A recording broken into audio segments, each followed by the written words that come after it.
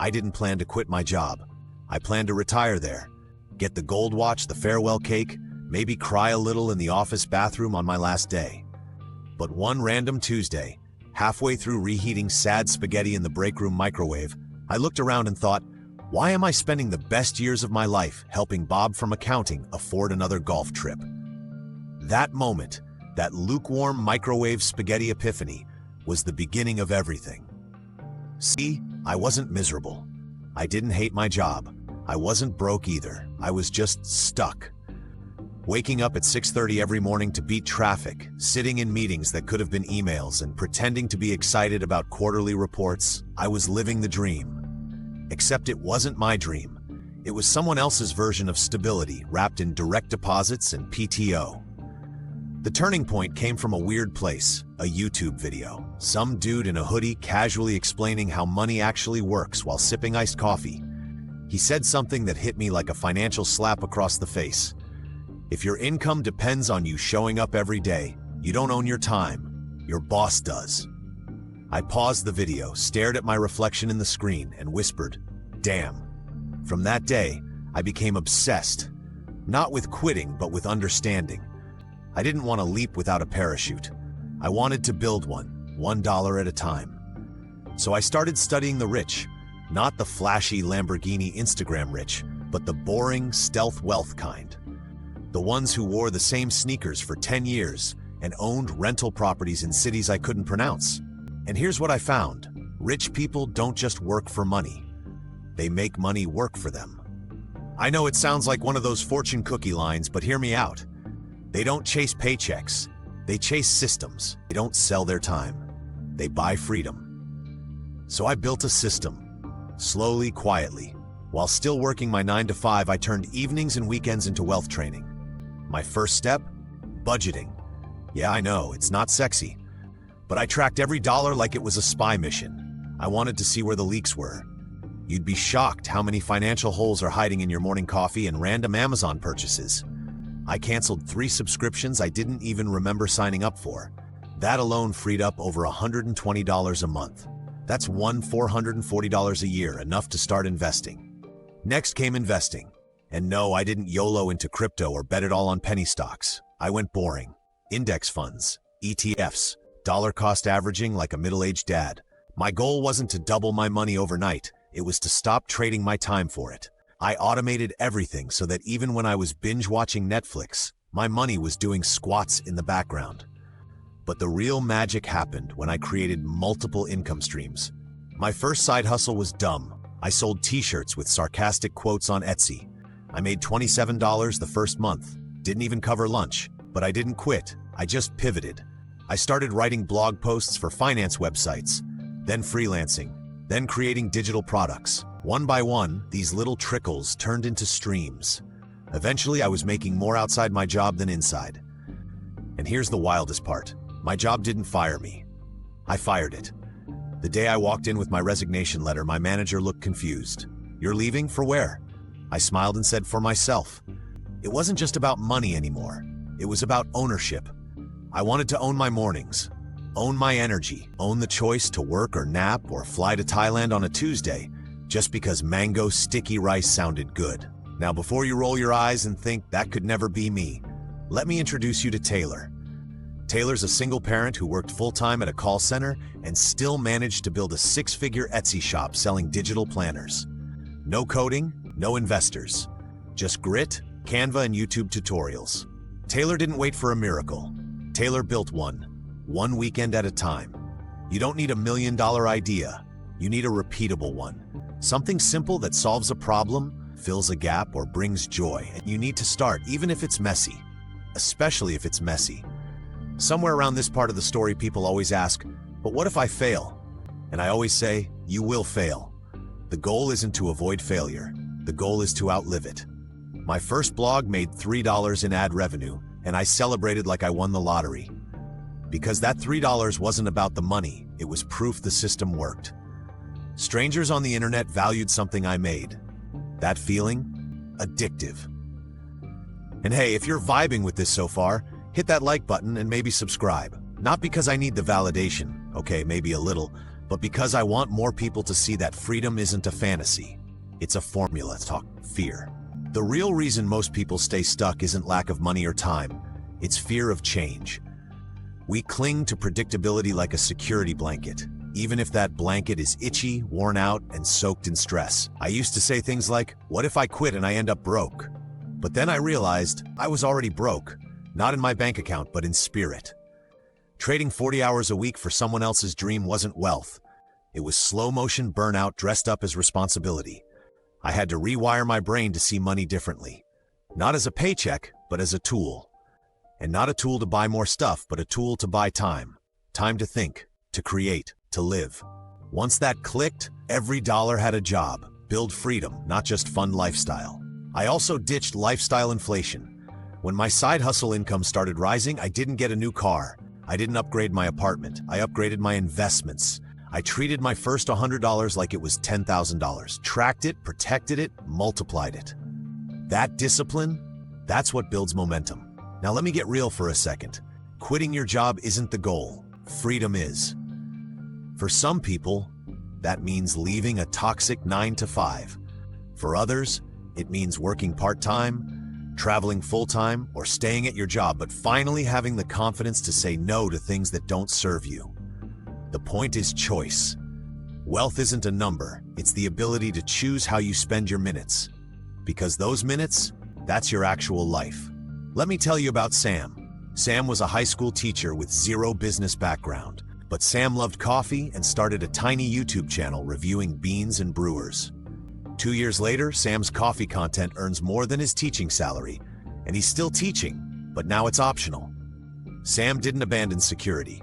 He created a backup plan so solid, it became Plan A. Too many people think getting rich means inventing an app, becoming a TikTok star, or catching some lucky break. Nah. Getting rich means mastering boring things consistently, saving more than you spend, investing early, building assets, avoiding lifestyle traps, and doing it again next month. And let's kill this myth once and for all. You don't need to make 6 figures to get rich. You just need to keep more of what you make. I know a dude who made $50K a year but invested $15K of it religiously. Now he owns 2 rental properties and takes off 3 months a year. Meanwhile, someone else earning $120 is living paycheck to paycheck because they're drowning in payments for stuff they don't even use. Wealth isn't loud, it's quiet. It's paid off debt, automatic investing, and no panic when emergencies hit. It's walking into a store and not needing to check your balance. It's peace, not flexes. Here's another shift that changed everything for me. I stopped chasing income and started chasing equity. Income is what you earn. Equity is what you own. You can spend income, but equity, that's the gift that keeps giving. Whether it's shares of stock, a small business, a rental property, or even a digital product that sells while you sleep. Equity builds leverage. And leverage is how regular people build serious wealth. Look, I still have work days. I still sit at a laptop. I still have deadlines. But now I choose them. I don't set alarms unless it's for a flight. I don't dread Mondays. And I don't need anyone's permission to take a break. That, to me, is rich. I want you to feel this too. Not just the numbers part, but the freedom, the agency, the ownership of your own life. You're not too late. You're not too old. You're not too behind. You're just one decision away from momentum. And if this lit a fire in your brain, go ahead and tap that like button and subscribe for more no-fluff, real money conversations like this. I still remember the first time I made money while I was asleep. I woke up, rolled over, checked my phone like a half-asleep zombie, and there it was. $37.49 from an ebook I forgot I even listed. I stared at the screen for a second, confused, then whispered, "I literally made money," drooling on my pillow. That's when I knew I could never unsee it. Once your brain gets a taste of income that doesn't require you to clock in, it's impossible to go back. It's like discovering guacamole for the first time. You suddenly realize everything else has been missing flavor. The wild thing is, it wasn't even a good ebook. It was a janky little guide on budgeting I wrote in a weekend. The design looked like it was made in Microsoft Paint, but it solved a small problem for someone, and that's what mattered. That's the key. You don't need a masterpiece. You need a useful thing that solves a real problem. And here's where people get stuck. They think they need to be an expert to sell knowledge. Nah, you just need to be 1 or 2 steps ahead of someone else. If you figured out how to pay off credit card debt without eating ramen for 6 months straight, that's valuable. If you found a clever way to budget with kids, valuable. If you turned your boring Excel spreadsheet into a fun, colorful template, that's gold. Because someone, somewhere, is Googling exactly that. People overcomplicate freedom. They think it's a big bang, some viral moment, or a 6-figure launch. But for most of us, it's a slow climb made of tiny wins. A $20 digital product, a $100 affiliate payout, a $400 freelance gig. One by one, these little wins start stacking like Lego blocks. And before you know it, you've built a staircase that leads away from the job you thought you'd die at. I'll be honest, the first few months of building that staircase were awkward. I doubted myself daily. I'd ask things like, who am I to do this? And what if nobody buys it? And my personal favorite, what if I go broke and have to live in my aunt's basement and explain this to her 5 cats? But I kept going anyway, because the regret of not trying was scarier than any failure I could imagine. You don't need more motivation. You need a reason. And sometimes your reason isn't sexy. Maybe it's your kids. Maybe it's getting your time back. Maybe it's just not wanting to feel broke all the time. That's enough. You don't need a vision board with yachts and jets.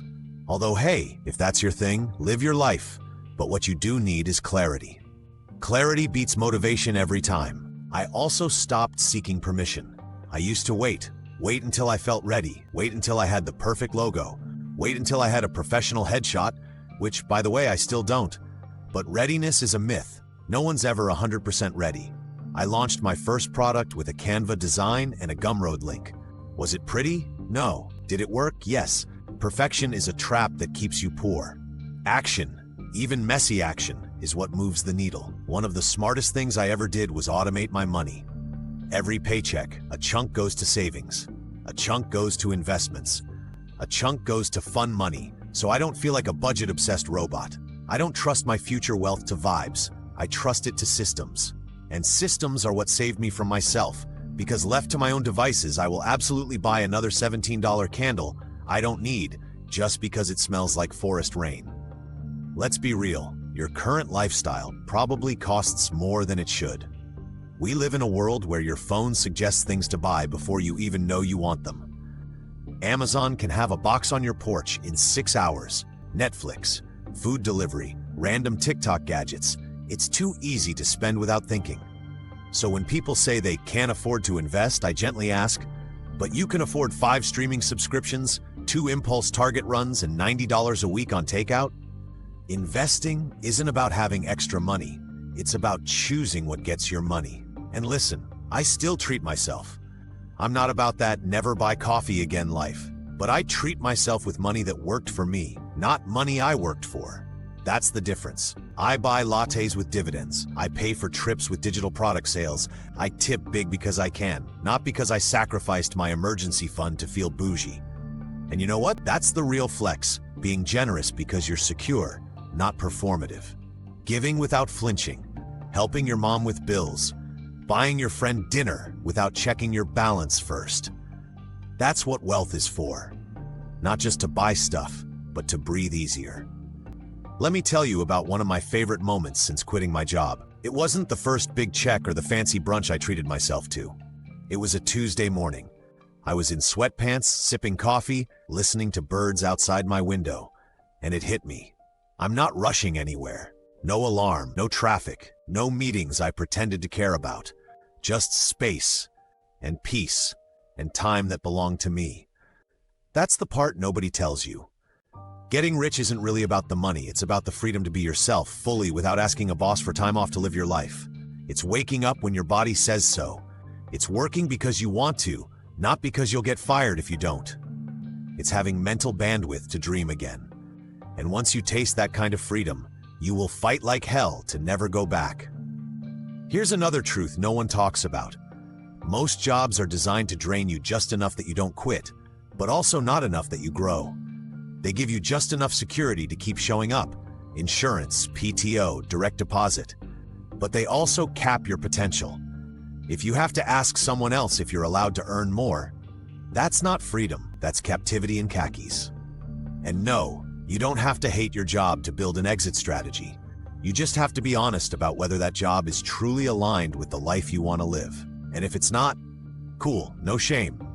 Just start building something on the side that is. Maybe that's freelancing. Maybe it's writing.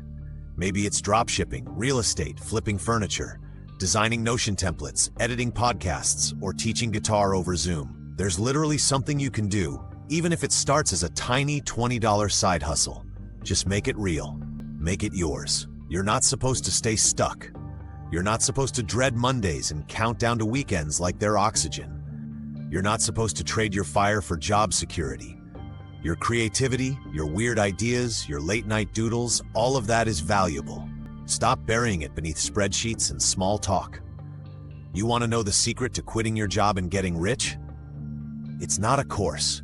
It's not a secret Facebook group. It's not some overnight hack. It's the decision to start, the guts to keep going, and the patience to wait for the compound effect to do its thing. Because here's the thing. Most people overestimate what they can do in a month, but wildly underestimate what they can do in 3 years. 3 years ago, I was clocking in, scrolling Reddit on my lunch break and wondering if this was all there was. Now I work from anywhere on my own terms, with multiple income streams that don't rely on one employer. And no, it wasn't fast, but it was worth it. So if you're waiting for the perfect time, let me save you some suspense. It's never perfect. But today is good enough to start. Start messy, start scared. Start with that weird little idea that won't leave your brain alone. Start with $10, start with no audience. Just start. You'll be surprised how far consistency takes you. And if this opened your eyes even a little, go ahead and hit that like button. And subscribe for more real talk like this.